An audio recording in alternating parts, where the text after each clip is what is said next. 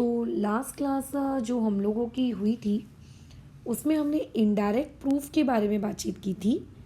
कौन से वाले थ्योरम के लिए? इंटीरियर एंगल के लिए। यानी कि अगर दो लाइंस पैरेलल होती हैं तो उनके बीच में बनने वाले एंगल्स सप्लीमेंट्री होते हैं इस टॉपिक को लेकर। ठीक है, तो आज उसी वार्तालाप को कंटिन्यू करते हैं, but for the corresponding angles and for alternate angles. यानी कि मेरे कहने का मतलब ये है कि कल को अगर कोई भी इंसान तुमको बोलता है कि ले भाई ये दो पैरेलल लाइंस हैं, ठीक है, वो आपको ये कहता है कि मान के चलते हैं ये हो गई आपकी लाइन नंबर 1 और ये हो गई मान के चलते हैं लाइन नंबर 2। और अगर मैं तुमसे ये कहूँ कि एक काम करो, ये दोनों लाइंस पैरेलल हैं, इन दोनों लाइंस के बीच में जो ये अल्टरनेट एंगल्स फॉर्म हो रहे हैं ना, ये अल्टरनेट एंगल्स इक्वल होंगे, मान लो, तो तुम क्या मेरी बात मान लोगे? खुद सोचो, क्या तुम मेरी बात मान लोगे? वो भी सिर्फ इसीलिए क्योंकि मैंने कहा है या किसी और ने कहा है तुम बात मान लोगे? Obviously not. आपको कुछ प्रूफ चाहिए होगा कि हाँ मैडम, अच्छा आप ऐसा कह रही हैं, कोई दिक्कत नहीं, हम आपकी बात मान लेते हैं, बड़ा सबूत दिखाओ। जब आप सबूत दिखाओगे तब हम यकीन कर लेंगे कि हाँ हाँ आप ट्रू कह रहे हो, और उसके बाद हम आपकी बात को फॉलो करेंगे। तो अभी तक हम जितना भी लाइन्स और एंगल्स वाला जो ये चैप्टर है, इसमें जितनी भी हमने अभी तक ज्योमेट्री पढ़ी, उस ज्योमेट्री से क्या निकलता है? एक ही निष्कर्ष निकलता है, वो ये कि इस पर्टिकुलर टॉपिक में आप भले ही सवाल लगा लो, आपको क्वेश्चन में दिया हो कि ये फलाना लाइन इस फलाना लाइन के पैरेलल है ना, आप वहाँ पर अल्टरनेट एंगल लगा लो, करस्पॉन्डिंग एंगल लगा लो, जो करना है कर लो, बट अभी तक हमने सिर्फ बात मानी है कि टीचर ने कह दिया ऐसा होता है, मान लो, मैंने कह दिया ऐसा होता है, मान लो, बुक ने कह दिया ऐसा होता है, मान लो, और तुम स्टेप्स के वाया, क्वेश्चन की स्टेप्स के वाया चीज़ों को अप्लाई करते गए और पहुंच गए अपने डेस्टिनेशन तक। बट अभी बात कैसी है? अभी बात ये है कि अगर कोई तुमसे कह रहा है तो तुम उस इंसान को सवाल पूछ रहे हो, नहीं आप बताइए आखिर ऐसा क्यों। अब वो क्वेश्चन मार्क लगा रहे हो, वाई, क्यों, आखिर क्यों वो अल्टरनेट एंगल्स इक्वल होंगे, क्यों करस्पॉन्डिंग एंगल्स इक्वल होंगे, क्यों इंटीरियर एंगल्स सप्लीमेंट्री होंगे, वो क्यों का बेसिकली हम लोग क्या कर रहे हैं, अभी जवाब ढूंढ रहे हैं। ठीक है, चलो आगे करते हैं फिर। तो जो पहला स्टेटमेंट है थ्योरम का, वो तुम्हारे सामने ये रहा। ये इस पर्टिकुलर चैप्टर का हमारा थ्योरम नंबर टोटल तीसरा है। पहला थ्योरम जो हमने पढ़ा था वो वर्टिकली के लिए पढ़ा था। दूसरा थ्योरम जो पढ़े हैं हमने इनडायरेक्ट प्रूफ पढ़ा है आपके इंटीरियर एंगल्स के लिए, और ये हम लोगों का तीसरा थ्योरम है जो हम पढ़ेंगे आज। तीसरा और चौथा एक साथ पढ़ने वाले हैं। ठीक है, क्या बोल रहा है थ्योरम का statement? The corresponding angles formed by a transversal of two parallel lines are of equal measure, है ना। वो क्या बोल रहा है कि अगर मान के चलिए आपके पास अगर दो पैरेलल लाइंस होती, पहली बात तो है नहीं, अगर होती तो चलो एक काम करते हैं, दो पैरेलल लाइंस बना लेते हैं। ये हो गई parallel line number 1, let us called it as L1, और ये हो गई दूसरी पैरेलल लाइन, इसको हमने नाम दे दिया L2। अब क्वेश्चन में हमेशा सबसे पहले गिवन लिखना है। तो क्वेश्चन वाला आपसे ये कह रहा है कि अगर आपके पास दो लाइंस होती और अगर वो दोनों लाइंस पैरेलल होती, यानी कि क्वेश्चन वाला ये कहना चाह रहा है कि जो लाइन L1 है वो पैरेलल है, किस चीज़ के पैरेलल है? लाइन L2 के पैरेलल है। और क्वेश्चन वाला ये कह रहा है कि अगर उन दोनों पैरेलल लाइंस को अगर कोई ट्रांसवर्सल काटता, ठीक है, उन दोनों पैरेलल लाइंस को अगर कोई ट्रांसवर्सल काटता, तो मान के चलिए उस लाइन L1 और L2 को इस पर्टिकुलर ट्रांसवर्सल M ने काट दिया। लाइन L1 को मान के चलिए उसने O पॉइंट में काटा और लाइन L2 को मान के चलिए उसने X पॉइंट पे काटा। तो अब हमको ये पर्टिकुलर स्टेटमेंट हमारे गिवन डेटा में लिखनी पड़ेगी।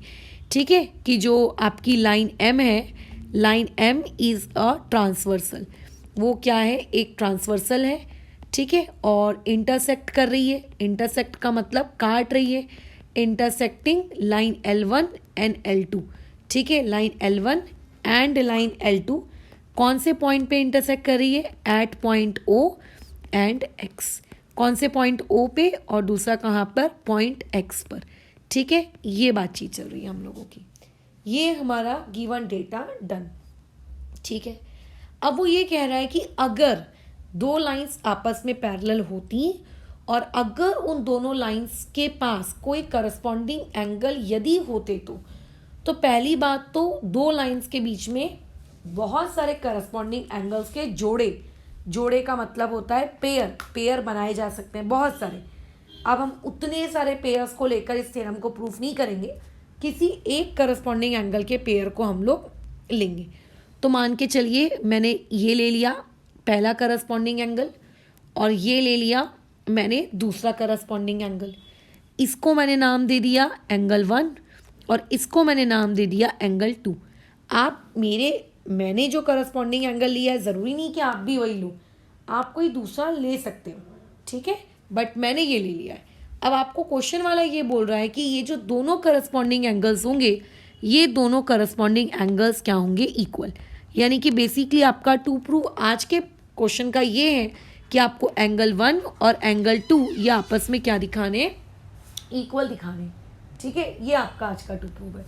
अब इसको प्रूव कैसे करेंगे, कई बार कैसा होता है किसी चीज़ को प्रूव करने के लिए कंस्ट्रक्शन की नीड पड़ती है, बट खैर इस टॉपिक में हमें किसी भी प्रकार के कंस्ट्रक्शन की कोई नीड नहीं है, ठीक है। ये ऐसी हो जाना है इसमें प्रूफ कैसे, क्योंकि पिछली क्लास में हमने क्या सीखा था, इस बात का अच्छा खासा पुख्ता सबूत देख के आए थे हम लोग, अच्छे से लिख कर आए थे कि अगर दो लाइंस आपस में पैरेलल होती हैं तो उन दोनों लाइंस के बीच में जो इंटीरियर एंगल बनता है वो इंटीरियर एंगल कैसा होता है, सप्लीमेंट्री होता है। लास्ट क्लास में इस बारे में डिस्कशन हमारा ऑलरेडी हुआ है ना। तो हम उस पर्टिकुलर स्टेटमेंट को यहाँ पे यूज़ कर सकते हैं, उस पर्टिकुलर स्टेटमेंट को मैं यहाँ पे यूज़ कर सकती हूँ। यानी कि अगर कोई मुझसे ये कहे कि एक काम करो मैडम, यहाँ पे आप एक एंगल और ले लो, लेट से इसको मैं ले लूँ एंगल नंबर 3, तो मैं बड़े गर्व से लास्ट क्लास के बेसिस पर ये कह सकती हूँ कि एंगल 1 और एंगल 3 इंटीरियर एंगल्स हैं, ठीक है। और क्योंकि वो इंटीरियर एंगल्स हैं तो लास्ट क्लास में हमने पढ़ा है कि एंगल 1 प्लस एंगल 3 का एडिशन कितना होगा, 180 डिग्री। और इसका रीज़न क्या लिख सकते हो आप, प्रॉपर्टी ऑफ इंटीरियर एंगल्स। मैं शॉर्ट फॉर्म में इसको IA लिख रही हूँ, आपको फुल फॉर्म में पूरा इंटीरियर एंगल्स ही लिखना है, ठीक है, ऑफ पैरेलल लाइंस। यानी कि अगर आप लोगों के पास कोई पैरेलल लाइंस हैं तो उन पर्टिकुलर पैरेलल लाइंस के लिए इंटीरियर एंगल्स कैसे हो जाते हैं, आप लोगों के कैसे हो जाते हैं, सप्लीमेंट्री हो जाते हैं। Give it equation number 1। लेकिन इसके अलावा हम और क्या करें बताओ, और कुछ?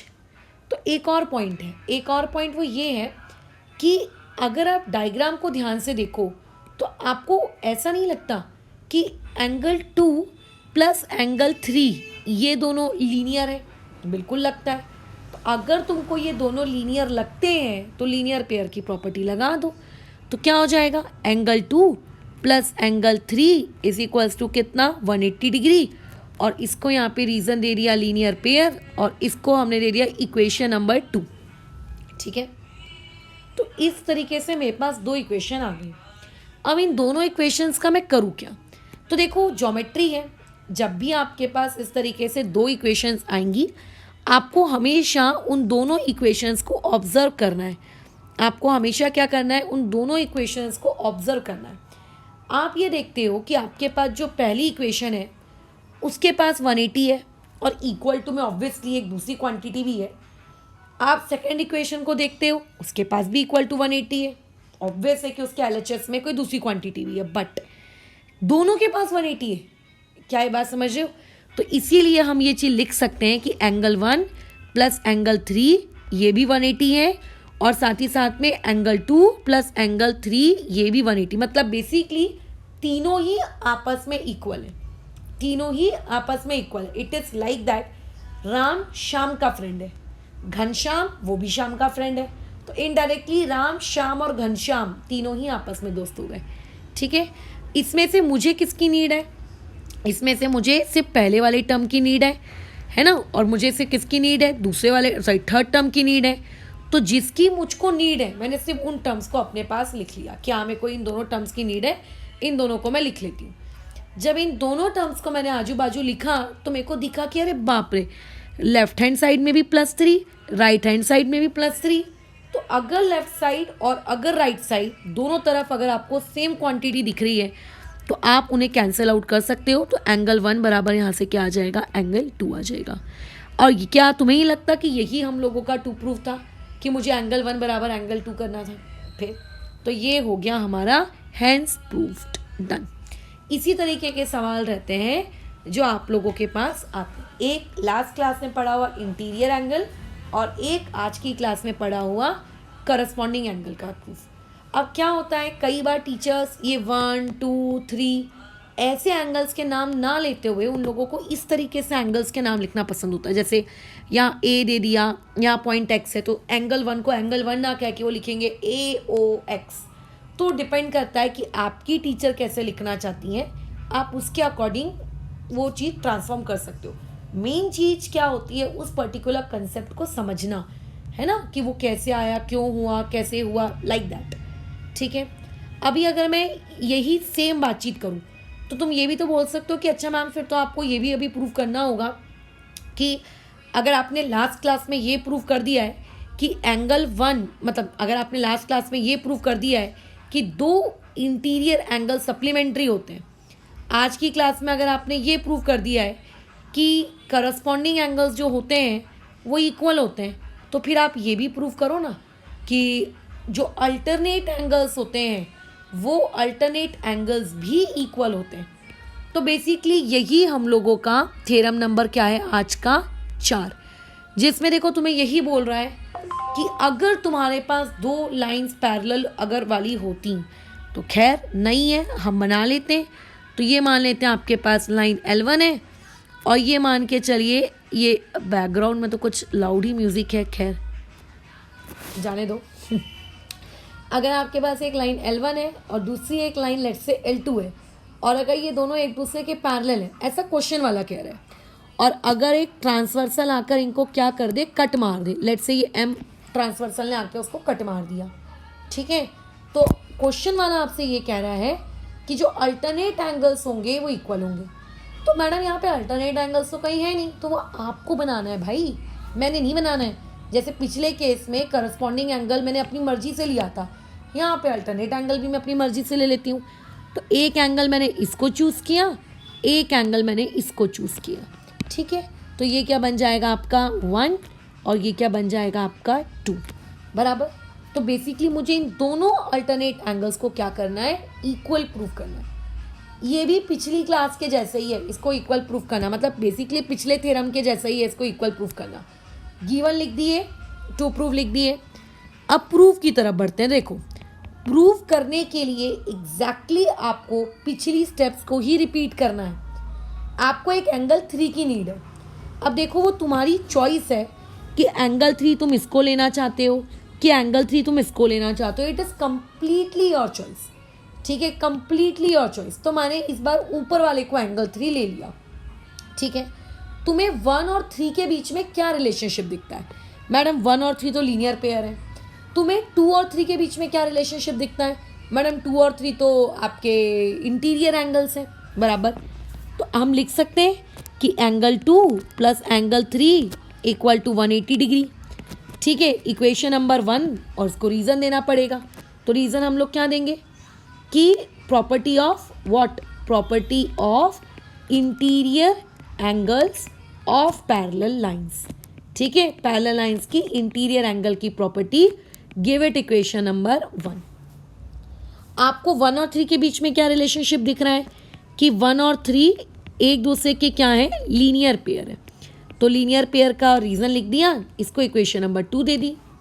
जैसा ऊपर वाले थ्योरम के साथ किया था सेम टू सेम इसके साथ करो। तो क्या हो जाएगा, यहाँ से ये आ जाएगा कि फ्रॉम 1 एंड 2 आप लोगों का angle 2 plus angle 3 equal to 180 equal to angle 1 plus angle 3। सोचो जो पहले डिस्कशन किया था प्रीवियस थ्योरम में सेम टू सेम वही है, बस फर्क इतना सा है कि वहाँ पे ड्रॉ करते वक्त करस्पॉन्डिंग एंगल्स मार्क करने थे, यहाँ पे ड्रॉ करते वक्त अल्टरनेट एंगल्स मार्क करने हैं, क्योंकि क्वेश्चन में अल्टरनेट एंगल्स हैं। बोलो अब क्या हो नेक्स्ट स्टेप में, हमें इसमें से ज़रूरत किसकी है? मुझे ज़रूरत इसकी है, मुझे ज़रूरत इसकी है, तो मैं क्या लिखूंगी? Therefore angle 2 plus angle 3 is equals to angle 1 plus angle 3, ऐसे लिखूंगी। और क्या देख रही हूँ कि एंगल 3 क्या हो रहा है? कट रहा है। सो देयरफॉर यहाँ से प्रूफ क्या हो गया? एंगल 2 बराबर एंगल 1, और यही चीज़ मुझे प्रूफ करनी थी। So we are done with it, खत्म कहानी। ठीक है, तो यहाँ पे हम लोगों का ये पर्टिकुलर प्रूफ खत्म होता है। ध्यान रखना, थोड़ी अच्छे से इसकी प्रैक्टिस करना।